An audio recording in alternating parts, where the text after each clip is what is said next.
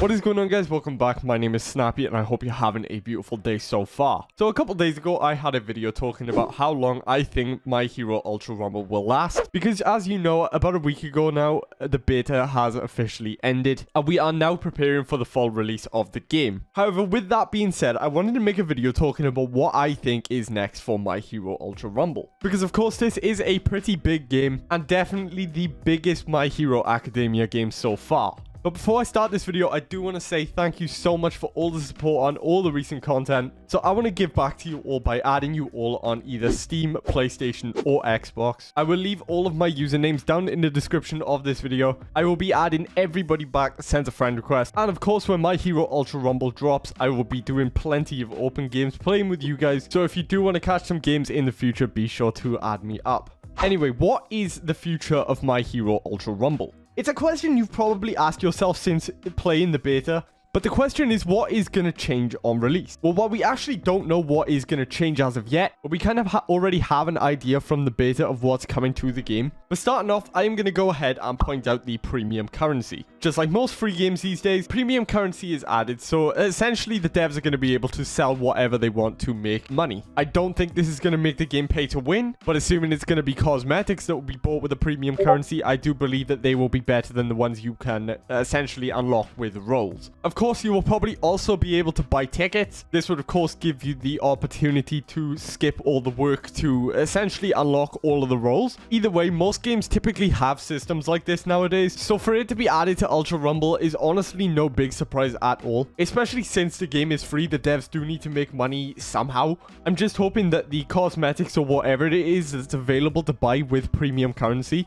are actually decent, because as you saw from the Ultra Rumble beta, a lot of the costumes were literally just reskins. It was just a bunch of different colors of the same outfit. But of course, that's no issue. I mean, My Hero One's Justice 2 also had this same system, but I think a premium currency would give them a bigger opportunity to essentially become more creative with the costumes that they create. At the same time, talking about costumes and cosmetics, obviously you know about the role system in the game, but if you went over to the role system on the open beta, you had to click a button to actually enter the role. This leads me to believe that the role system is actually going to be similar to My Hero Ultra Impact, where you have multiple different roles, each having their own separate cosmetics for you to unlock. It's likely that this will change out every week or every few weeks, but I do think this will keep the game exciting because you will have many other cosmetics that you can unlock almost every week, or however long it takes for them to actually change it. But either way, I do think this will be something pretty cool if they add it to the game. The way the role system is makes me believe that it's going to be similar to Ultra Impact. This has not been confirmed as of yet, but with the way the UI looks in-game, it does look as if that's the way it's going to be. And to be honest, I do think it's a really cool thing to add to the game, so I am hoping it's going to be the case so everyone can get as many cosmetics as possible.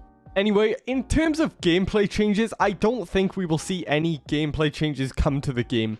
Especially mechanic-wise. I mean, maybe in the future, but I don't think we'll see much difference to what we saw in the open beta on launch. Of course, at this point, I do think we are pretty close to the release of the game, so I just can't see any new mechanics coming to the game, or any major mechanics anyway. But I can see a few character nerfs happening, and also some buffs too. Starting off with the nerfs, I do think both Froppy and Uraraka will get nerfed. I think Uraraka's spin ability will probably get nerfed just a little bit, because playing Uraraka in the beta took almost no skill. If you got stuck in the middle of a bunch of players, all you had to do was press R1 and you would start spinning around in circles and just destroying.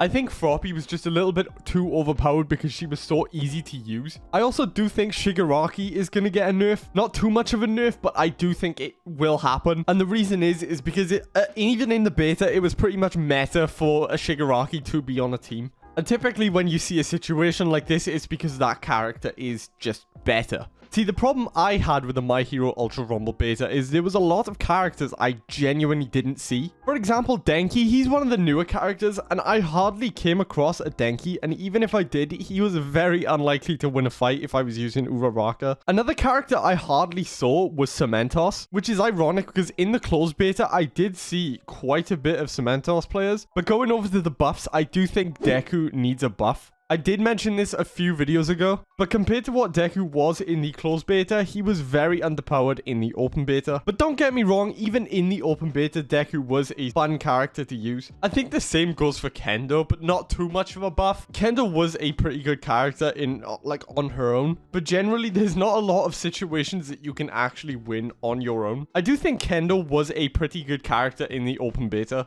In fact, I did use her a few times, but there are a lot of situations where you aren't going to win on your own with Kendo, and I do think that might need to be changed. But of course, only a slight tweak will do. Other than that, everything here is kind of up in the air. We don't actually know what else is coming to the game until the game releases, or until something is announced by Bandai or by King themselves. But with that being said, that is the end of this video. If you guys did enjoy the video, please be sure to drop a like. And of course, hit the subscribe button because it lets me know you guys want to see more videos just like this one. But I hope you guys have an amazing day. Peace out.